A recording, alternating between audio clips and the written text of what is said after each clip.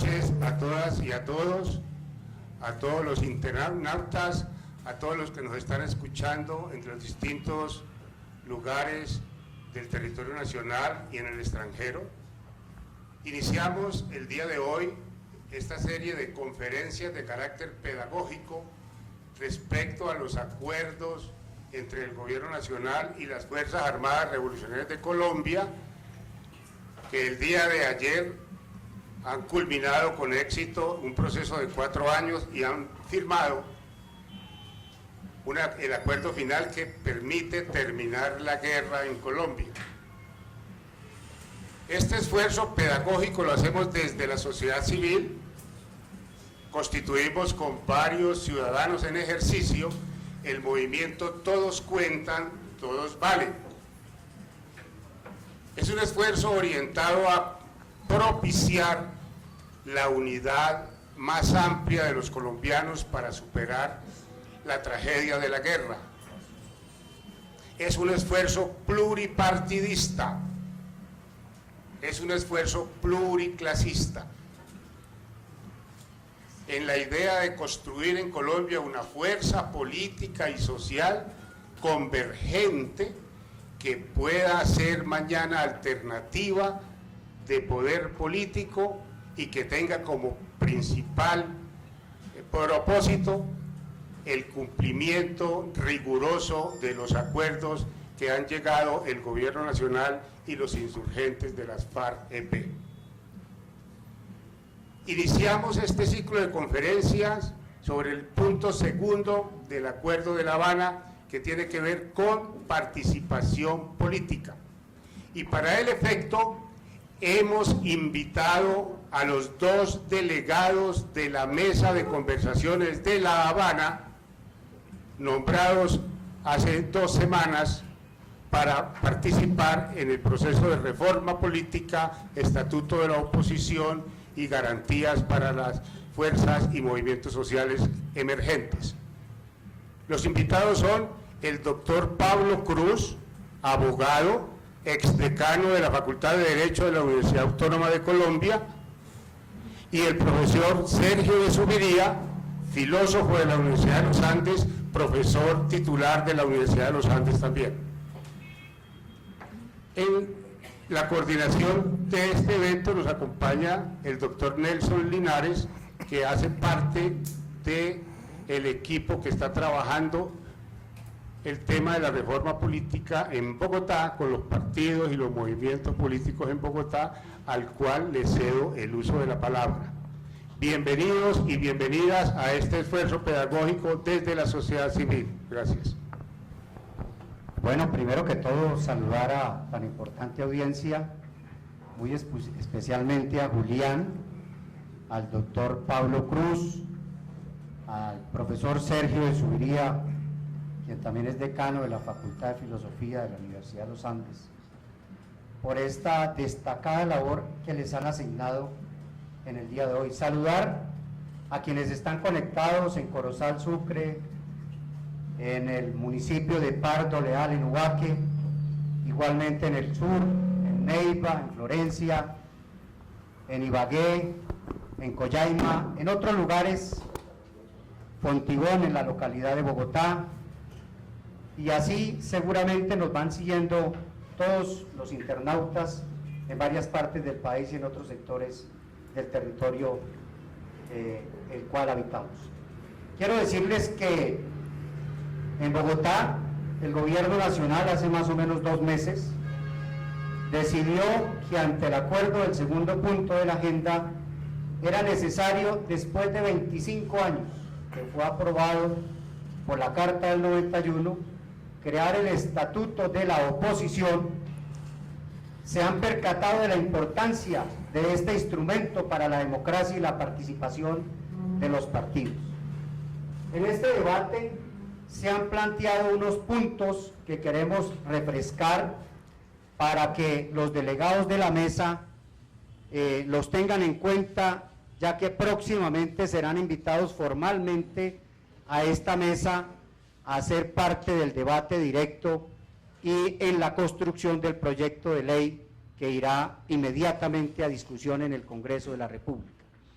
En primer lugar, el artículo 112 de la Constitución establece un aspecto que en Colombia sí que es difícil que se aplique y que nosotros consideramos de vital importancia, y es el derecho a la réplica.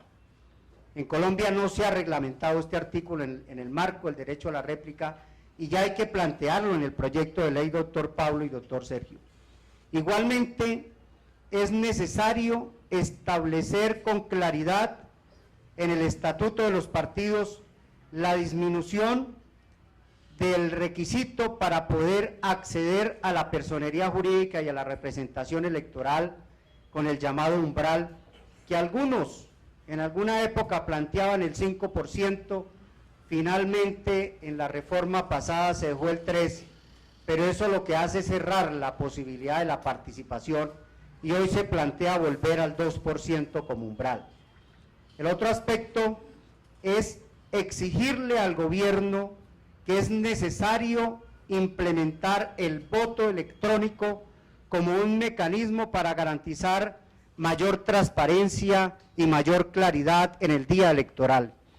Para nadie es un secreto que buena parte de las elecciones, doctor Pablo y doctor Sergio, se ganan o se pierden en la registraduría. Infortunadamente esa es una realidad en el país. El voto electrónico, por lo tanto, es una necesidad. El otro aspecto es acabar de manera clara en la reglamentación de los partidos con la trashumancia, el oportunismo y la vagabundería que a veces se presenta en varios dirigentes que pueden trashumar de un partido a otro como si fuera una fiesta o la entrada a un parque. Hay que volvernos serios, hay que construir partidos serios, construir movimientos serios, y por eso en el marco de esta discusión se ha venido insistiendo en el tema de garantizar este aspecto. Por otro lado, el tema de género. Las mujeres reclaman con justicia el tema de equidad, y en eso creo que hay que hacer grandes esfuerzos para mejorar la representatividad de la mujer, no solamente en el tema electoral, sino en muchos aspectos del país, por ejemplo, en la rama ejecutiva, en la rama legislativa, en la rama judicial, en la participación social, en la acción comunal, etcétera, donde es necesario garantizar el cumplimiento de la ley, pero ir más allá. Ellas han exigido, y en la mesa ha sido claro, que este es un acuerdo de apoyar con mayor esfuerzo este tema. Por lo tanto, con esto queremos dejar el camino para que nuestros conferencistas, delegados oficiales, nos brinden a todos los presentes y a todos los que nos escuchan sus opiniones al respecto. Muchas gracias. Muy buenas tardes para todo el equipo de trabajo y amigos de Todos Pueden y Todos Valen. Es por supuesto una gran oportunidad que agradecemos de poder participar con ustedes e interactuar acerca de un tema tan vital para la democracia y la institucionalidad colombiana como es el Estatuto de Oposición y los efectos que impone ese estatuto en los nuevos escenarios de participación política de la insurgencia colombiana. Sobre este tema, me parece que lo primero que debemos advertir desde ya, aunque es ampliamente conocido, pero no sobra reiterarlo, que no obstante la difusión permanente, no solamente a nivel interno, sino internacional, de las élites gobernantes de Colombia, demarcando a nuestro país como el símbolo de una de las mayores y mejores democracias. Han acuñado incluso una frase señalando que es la democracia más antigua de América Latina. Para los colombianos y por supuesto para los extranjeros que han estudiado nuestras realidades políticas, la verdad es que esto no deja de ser una simple expresión. Nuestra modalidad, nuestro régimen institucional, nuestro mecanismo de participación ciudadana se caracterizan justamente por lo contrario, porque no permiten ni facilitan el acceso de nuevas opciones políticas, ni siquiera de las tradicionales. Esto para indicar que en la mesa de negociación de La Habana, cuando se definía los puntos a tratar en esas conversaciones en busca de una solución negociada del conflicto y la construcción de una paz estable y duradera para todos los colombianos, se introdujo como un punto vital el punto de la participación política. Es justamente porque, para no ir muy atrás, uno de los argumentos y una de las motivaciones esenciales para la lucha insurgente de las FARC en Colombia fue justamente la ausencia de democracia, la ausencia de mecanismos de participación ciudadana. Y culmino señalando de que, para no ir a la historia, señalar la más reciente, el Frente Nacional, un pacto de impunidad de las élites que al parecer pretendía acabar con la violencia generada por esas élites en los años 50, 40, o mejor, desde el asesinato del líder popular Jorge Eliezer Gaitán, establecieron una modalidad sui generis, ese sí, en todo el mundo. Las élites decidieron repartirse por igual la institucionalidad política del país, inicialmente por 16 años, y luego lo prolongaron. Con el Frente Nacional no cabía ni existía posibilidad alguna que sectores de participantes de la ciudadanía con otra opción política diferente a la liberal y conservadora pudiera intervenir en los asuntos públicos del país. Era una cosa absolutamente inverosímil y de asombro para el mundo que dos partidos decidieron congelar la democracia, congelar la participación ciudadana, limitar y restringir los derechos de participación política, de expresión y de libertad de conciencia para repartirse en el poder entre ellos. Entonces concluyo señalando que es justamente esa característica, esa circunstancia anómala, esa circunstancia de democracia restringida la que motivó de una parte la insurgencia armada para reclamar escenarios de participación política. Ese punto quedó consagrado en el punto segundo, y es en el tema en el cual, junto con el doctor Sergio de Subiría, amablemente en la mesa nos han permitido y nos han llamado para colaborar. En ese esfuerzo contamos, desde luego, no solamente con el apoyo de organizaciones como las de ustedes, sino que hemos recabado naturalmente la participación y los aportes de todas las fuerzas políticas, los movimientos sociales, las organizaciones de ciudadanos que tienen mucho que decir y aportar en la construcción de una nueva democracia para Colombia.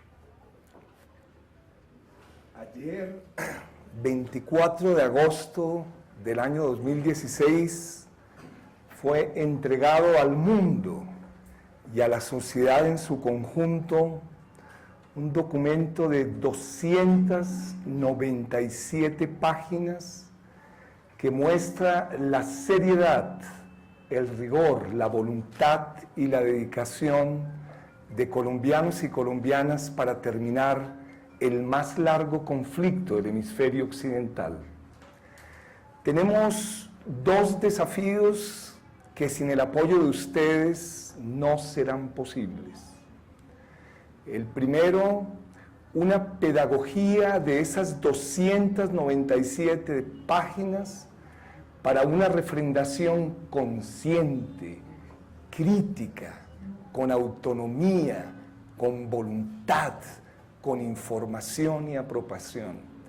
Y segundo, crear medios de comunicación alternativos como el que hoy estamos implementando para que exista una manera de apropiarse de la paz y la terminación del conflicto desde el campo popular y no desde las élites y sus intereses particulares.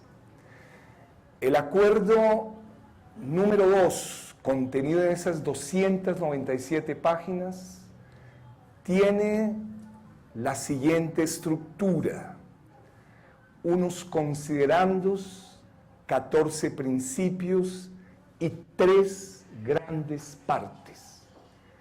Como no estamos, diría Darío Echandía, en Dinamarca, sino en Cundinamarca, la primera parte era obligatorio garantías para la oposición de los movimientos sociales y garantías para los partidos y los movimientos políticos, una transformación del régimen electoral y una seguridad integral para todos los que hacemos oposición política en Colombia. La segunda parte de ese documento son las políticas prácticas para profundizar la democracia directa, veedurías, control ciudadano, política de mujer, cultura democrática para la paz, y la tercera parte de ese documento son el perfeccionamiento para que haya una participación política mucho más amplia y democrática. Nuestro compromiso es que cuando se inicie el proceso fast track del acto legislativo para la paz, haya 4 proyectos de ley como productos concretos que se aprueben en el Congreso de la República con ese procedimiento automático y rápido. Primero, un proyecto de ley para garantías políticas de oposición de los movimientos sociales que hoy está redactando el CINEP, Viva la Ciudadanía y otras organizaciones. El segundo, un proyecto de ley estatutaria de esa promesa quebrantada por 25 años de un estatuto de oposición para los partidos y movimientos políticos. Tercero, apoyado por 7 expertos nombrados por el Centro Carter, por la Universidad Nacional y la Universidad de los Andes, se redacte un nuevo régimen electoral para Colombia. Y cuarto, un proyecto de acto legislativo para un verdadero sistema de seguridad integral para la vida de la oposición política. En ese sentido, las tareas que quedan de divulgación, de apropiación y de autoestudio son inmensas. De aquí a 15 días, ustedes, nosotros y nosotras, nos vamos a volver formadores de formadores. Todos somos maestros y maestras, pero bajo la condición que nos leamos las 297 páginas en sus puntos nodales. Y cierro, una investigación de 20.000 bogotanas y bogotanas hechas por la Secretaría de Cultura nos mostró un dato desgarrador, alarmante. 1 de cada 100 colombianos, bogotanos y bogotanas, se ha leído uno de los acuerdos. Quiere decir que la responsabilidad histórica de aquí al mes que viene es absolutamente responsable. Las tareas son inmensas, pero tenemos que cambiar de hábitos, tenemos que cambiar de mentalidad y de paradigma. Si ustedes no se convierten en formadores de formadores, la tarea no se va a cumplir. En ese contexto de desarrollo del punto 2 de garantías políticas, la mecánica del gobierno, por ser un tema que le resulta alérgico, me refiero a las clases y a las élites dominantes, porque ya lo decíamos, desde el Frente Nacional oposición no existía. Con la Constitución del 91, el establecimiento estimó que bastaba o era suficiente colocar en la Constitución que habría un estatuto de la oposición.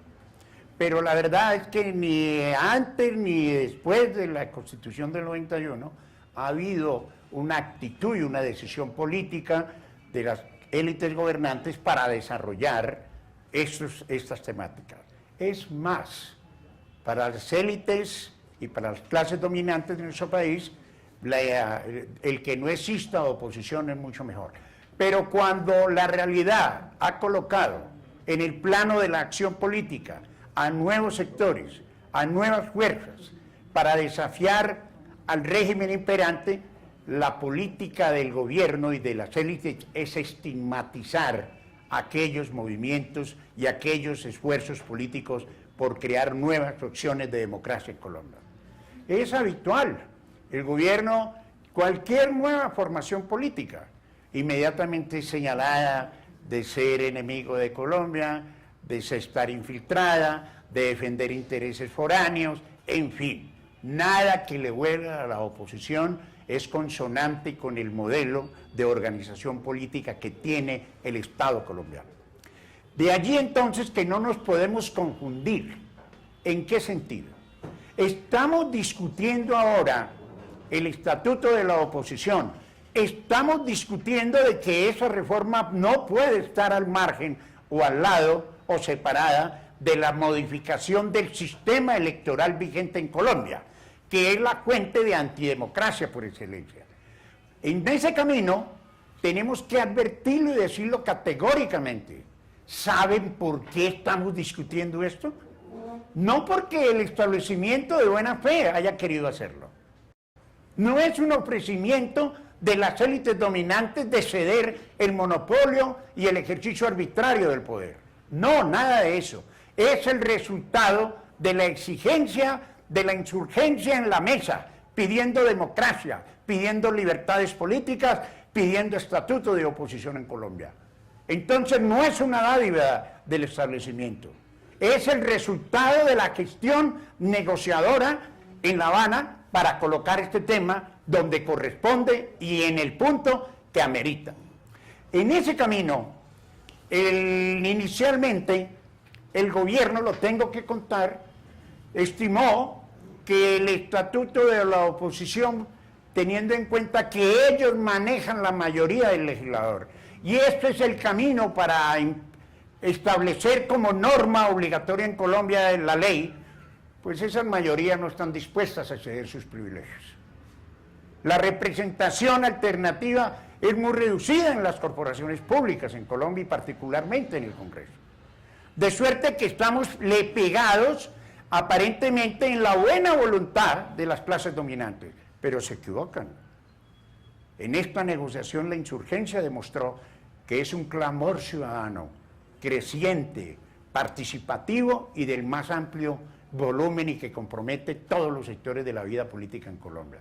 Que hay un desgaste de ese modelo político, que hay un desgaste de las fuerzas políticas que se benefician de ella. En ese camino, y entendiendo que es el resultado de una lucha expresada a través de la negociación en La Habana, es que estamos enfocados para establecer un mecanismo que hemos denominado el Estatuto de la Oposición y un mecanismo que esté relacionado con el cambio del sistema electoral. ¿Cuáles son los dos ejes que se han propuesto en esta tarea?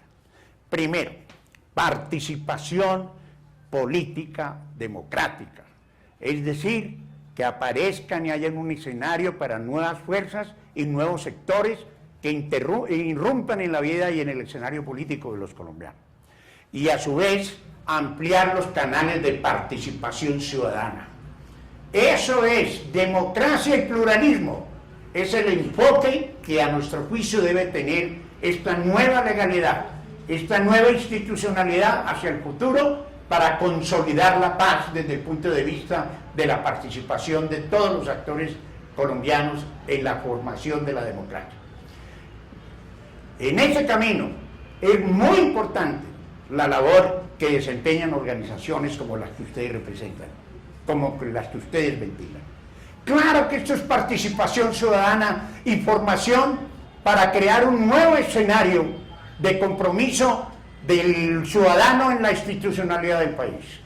¿Cómo así que solo es el Congreso donde están las mayorías de las élites los llamados a desarrollar la democracia en Colombia? Somos nosotros, son ustedes con sus organizaciones los llamados a hacer eso.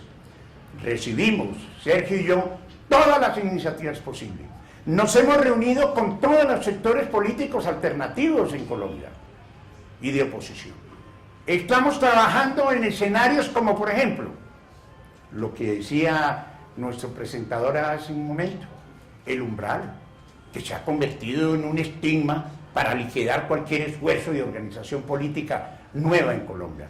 Estamos trabajando por ampliar la representación de los movimientos alternativos en las corporaciones públicas, atendiendo efectivamente los resultados electorales. Estamos propugnando por cambios drásticos, democráticos, como la implantación del voto electrónico. Es una vergüenza para Colombia. Aquí calumniamos y decimos que en Venezuela es una dictadura, pero allí hay elección con voto electrónico, y en los otros países y en otros países de América. No, el gobierno acaba de decir que no tiene plata, que no hay plata para establecer el sistema electrónico. Es una vergüenza, es un descaro y es una burla. Tenemos que trabajar en ese camino. Resumo, vamos a trabajar entonces por fortalecer ese estatuto de la oposición, que no puede quedar en letra muerta. Si ustedes, organizaciones como las que ustedes representan, si todos los sectores alternativos de verdad no combatimos, nos levantamos y propugnamos para que eso sea una realidad. Gracias, Pablo. Vamos a hacer un corte de unos 2 minutos y luego reiniciamos con la segunda parte de la temática del punto 2 de los acuerdos de La Habana.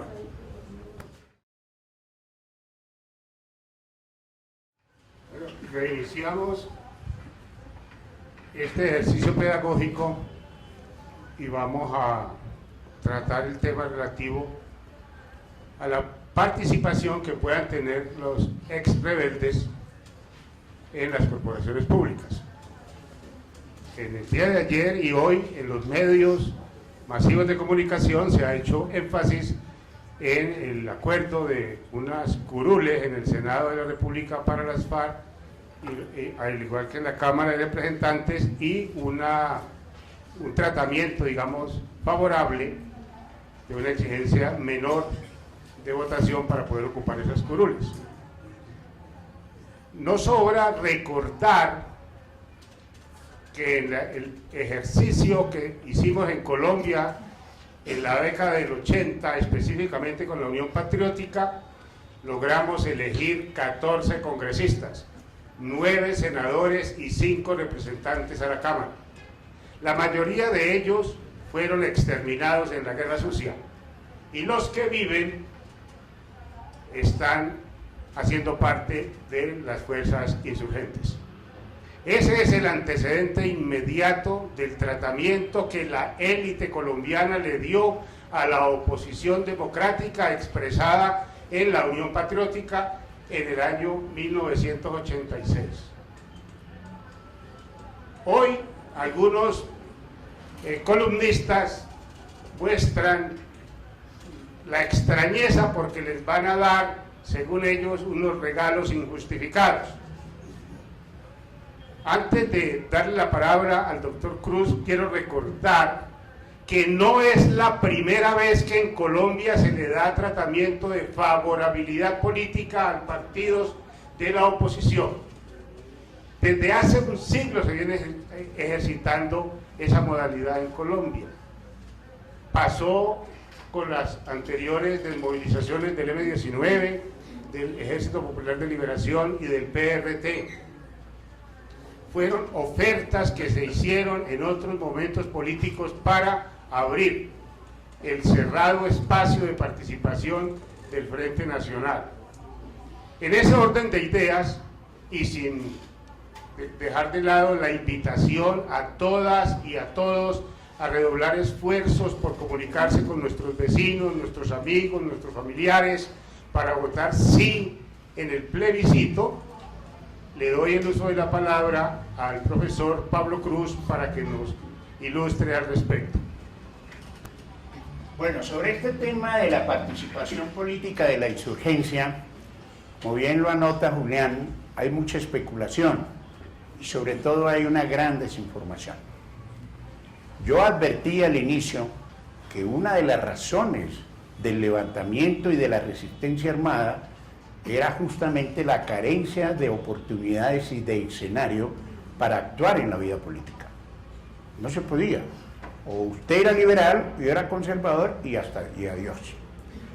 En ese contexto, en esta negociación, lo que es indiscutible y lo que ha demostrado el conflicto, con toda su tragedia, con todos los horrores que produce la guerra, es que la insurgencia tiene un caudal y un apoyo y un respaldo ciudadano, principalmente allí en las zonas de donde opera. En esa circunstancia, la insurgencia en el proceso de negociación y de participación política y de amplitud de la democracia y en el acceso de nuevos sectores alternativos a la vida institucional se ha pactado que la insurgencia pueda acceder de modo directo a un mínimo de representación política parlamentaria. Pero eso no es así exclusivamente, sino que el pacto establece que la FARC se convierten en un nuevo movimiento, en un movimiento alternativo, que tiene las pretensiones de ser un movimiento amplio y convergente que agrupe y permita la llegada de todos los sectores alternativos, de todos los sectores progresistas y democráticos de Colombia.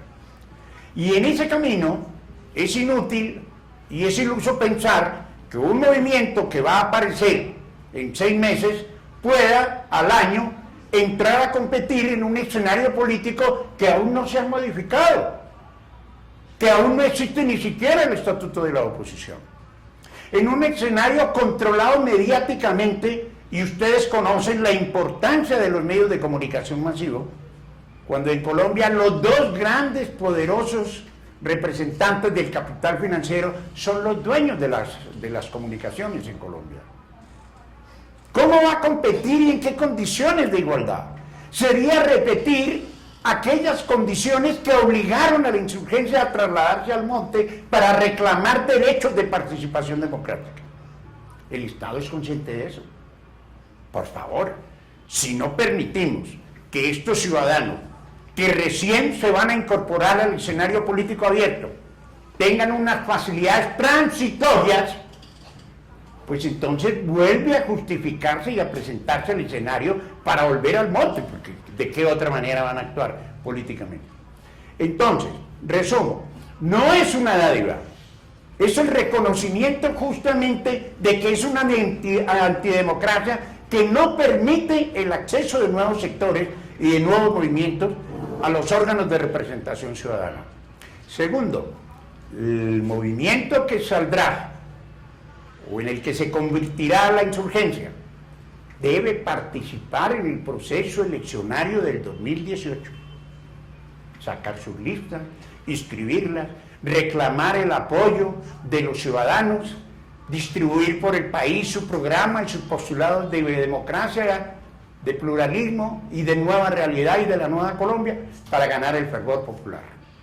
Si en esos resultados electorales, es decir, en un año del movimiento político, no alcanza para obtener un número de curules superior a 5, el Estado le admite y le reconoce esas 5 por 2 periodos constitucionales, es decir, hasta el año 26.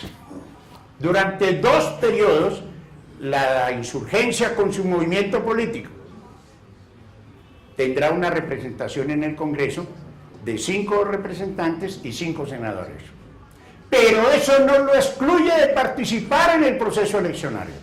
Si en aquellas elecciones donde participa ese nuevo movimiento de la insurgencia, lograse obtener un número de curules igual o superior a 5, el gobierno no le da nada.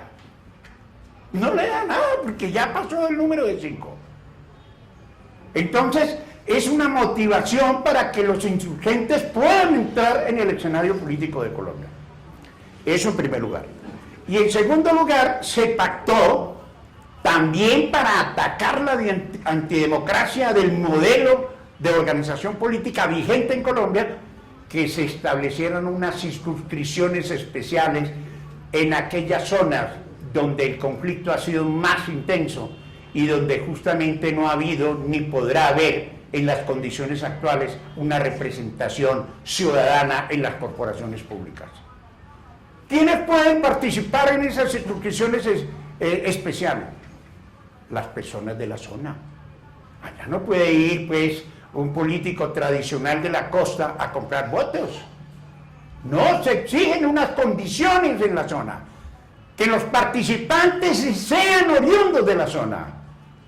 Y claro, tienen unas ventajas circunstanciales, transitorias también, para que esas zonas olvidadas, para que esas zonas donde el conflicto ha sido más intenso, esas zonas donde jamás podrán tener representación, ahora, como consecuencia del proceso de negociación y de construcción de una paz, puedan también tener una vocería en las corporaciones públicas. Resumen, un número de curules mínimas, en tanto es obligatorio para el nuevo movimiento de la insurgencia participar en la construcción y en el fortalecimiento del debate político a través del sistema electoral. Y dos, unas circunscripciones especiales para las zonas donde el conflicto ha sido más intenso. Yo diría, si uno estudia las experiencias internacionales además, y no tiene una mirada, digamos, tan encerrada, y estudia el caso de Nepal, estudia el caso de Sudáfrica, estudia el caso de Irlanda y de otras terminaciones del conflicto, la participación en algunos países como esos llegó a tal nivel que se daba vicepresidencias, por ejemplo. Quiere decir que sería demasiado poco reconocimiento el no pensar en que el núcleo de un país, como dice Javier Guerrero, donde nada más en el siglo XX ha habido 3 genocidios políticos. El genocidio del Partido Conservador en el 30, el gaitanismo, la Unión Patriótica a luchar y demás, que el tema central no es la participación política. Si no hay, como dice el documento, una apertura democrática para construir la paz, donde la participación política se cualifica, se dejaría intacta una de las causas estructurales de la guerra. La insurgencia siempre ha participado en política, ahora lo haría de otra manera porque su vocación de poder nunca podrá ser cuestionada. Y como el acuerdo de participación no era solo para la insurgencia, y eso hay que repetírselo siempre a todos los que se acercan al proceso, iniciamos hace una semana un movimiento de formación de militares, nos tocó hablarle a 500 militares de todas las fuerzas, es mostrar que el acuerdo en el 95% es para el conjunto de la sociedad, no para la insurgencia. Es una actitud generosa de las insurgencias, ojalá ingrese el ELN muy pronto, mostrando que su sentido no es prebendas para ellos, sino prebendas para mejorar el carácter y calidad de una democracia totalmente restringida. Ningún país de América Latina, ninguno, ha tenido en el siglo XX, como lo dice Fidel Castro en ese bello libro sobre la paz en Colombia, ni una guerra fratricida ni tan duradera, y además un exterminio sistemático de la oposición política. La oposición en política en Colombia tiene 2 niveles, y creo que por eso la insurgencia y el gobierno lo han entendido. Hay movimientos y partidos políticos que hacen la oposición dentro de la política y la lucha electoral, pero hay otros que no lo hacen a ese nivel. Y la protesta social, la protesta callejera, la toma de calles se ha vuelto criminalizada. Por eso se está defendiendo los 2 niveles de la oposición. La oposición política que se ejerce por fuera de la política hegemónica y dominante, y la oposición política que se hace en el campo más o menos de las reglas del Estado constitucional. En ese sentido, en la región le pregunta a uno, ¿y por qué 2 estatutos o leyes estatutarias de oposición? porque es que en Colombia los campesinos, los indígenas, las mujeres, los jóvenes que no participan en partidos y movimientos son masacrados. Necesitamos también defender esa oposición política que no se da en el campo de la política dominante. Hay un aspecto, complementando lo de mi colega Sergio, es que yo resumiría que el modelo y la estructura del régimen político colombiano puede tolerar de pronto con sus restricciones, con sus dificultades la protesta, pero lo que no puede aceptar, ni admite, ni tolera el régimen político colombiano es que sectores alternativos sean poder, sean gobierno. Aquí hay un episodio grotesco, como es el caso de que el alcalde de la capital de la República, que gana unas elecciones con la participación y el respaldo de los ciudadanos, es fulminado y separado del cargo por vía administrativa, de un funcionario administrativo que nunca dejó ni esconde su vocación de oposición a ese alcalde. Es su adversario político y utiliza los mecanismos del sistema administrativo para desconocer la voluntad de los ciudadanos expresadas en unas elecciones.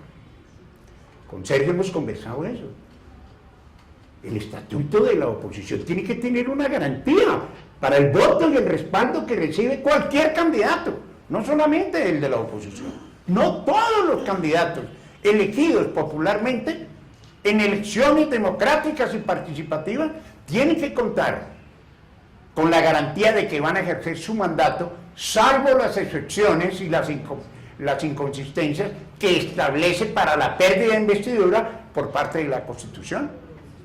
Si un representante comete un crimen, un delito, pues no solamente va a ser sancionado penalmente, sino que va a ser desligado y va a ser despojado de esa representación ciudadana. Pero porque un alcalde, y en este caso, hacia el futuro, ese nuevo movimiento de la insurgencia, con el apoyo y la construcción de otros sectores alternativos, llegan a constituir gobierno, ¿cómo así que el personero municipal, cómo así que el contralor lo va a fulminar o van a dificultar su ejercicio del poder?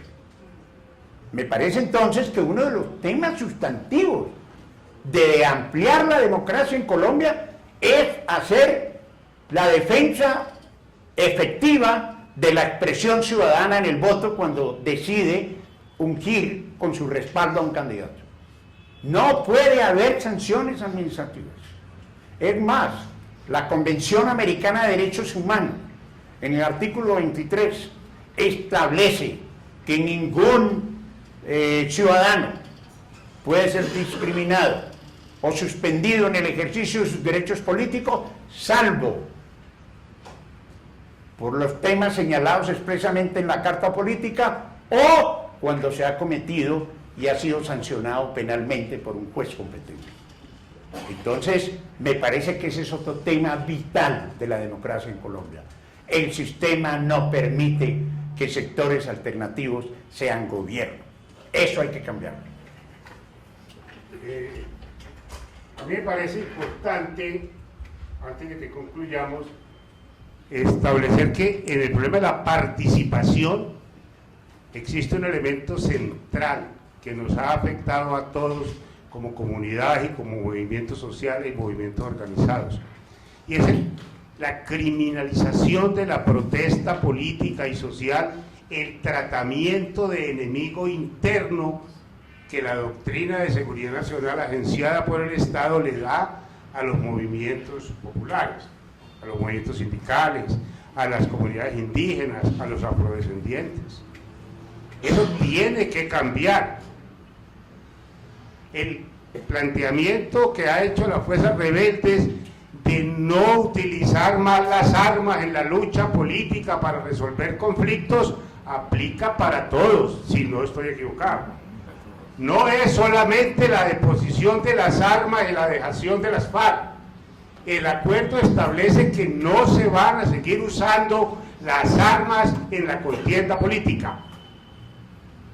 No más SMAT, atropellando los derechos ciudadanos, no más brigadas del ejército constriñendo la voluntad ciudadana para hacer ejercicio pleno de las libertades y de sus aspiraciones cívicas, populares, democráticas.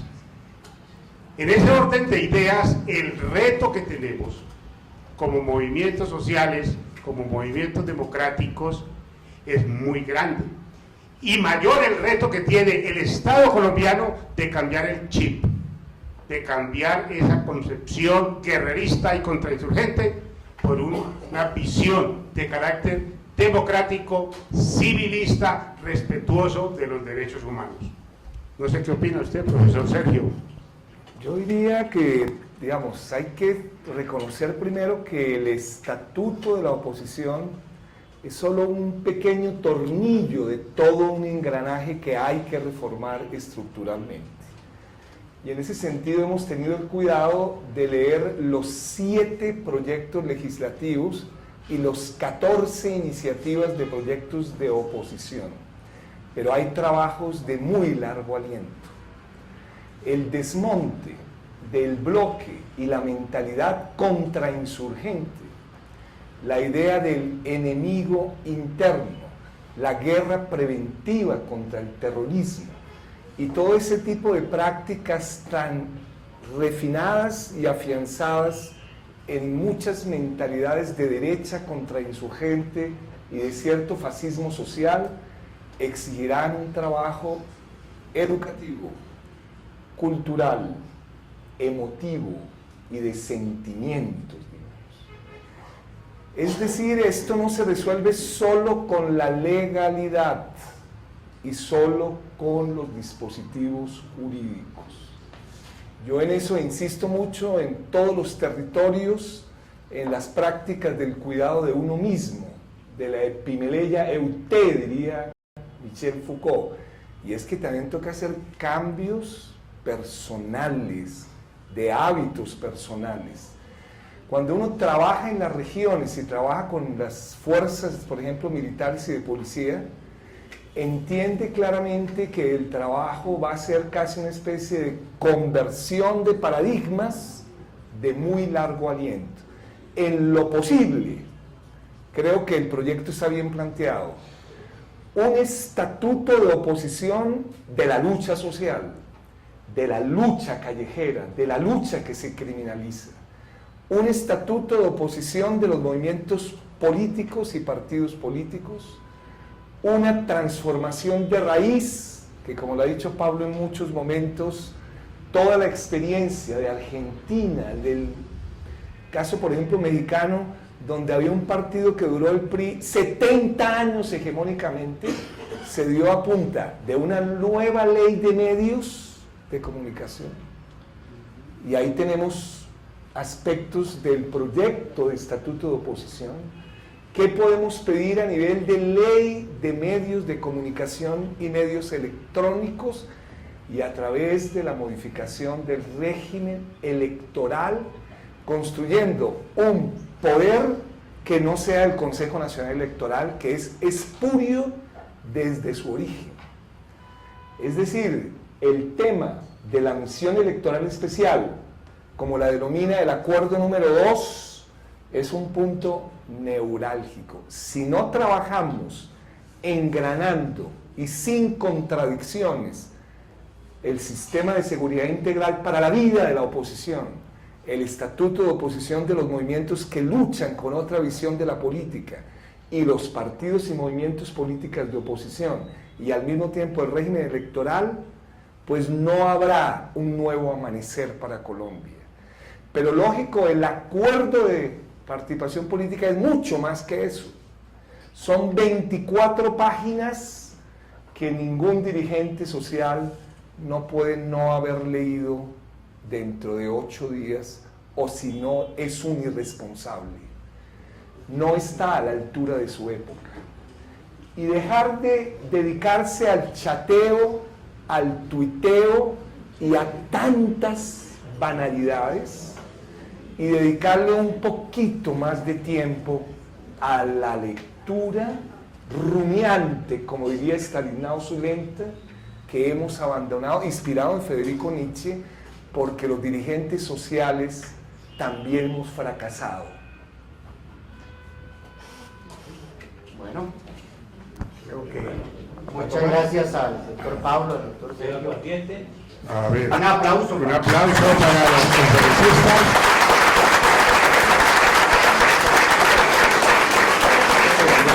muy amable. Culminamos esta primera experiencia de carácter pedagógico, invitándolos a todas y a todos a estar atentos. El movimiento Todos Cuentan en el mes de septiembre a realizar otro tipo de actividades de estas con otros participantes activos de las negociaciones de La Habana. Hemos pensado invitar al doctor Álvaro Leiva Durán, al doctor Enrique Santiago, asesor jurídico español, al profesor Jairo Estrada y al profesor Felipe Tascón. Entonces, estemos atentos. Es a ver si ustedes, por favor, nos depositan, nos abonan en nuestros correos electrónicos el contenido y el texto original de la 293. Con el mayor gusto. Y con esto, entonces, agradeciendo la atención, nos despedimos hasta una próxima ocasión. ¡Viva la paz de Colombia! El 2 de octubre, sí a la paz, todos con la familia y con los vecinos, porque vamos a votar la negatividad.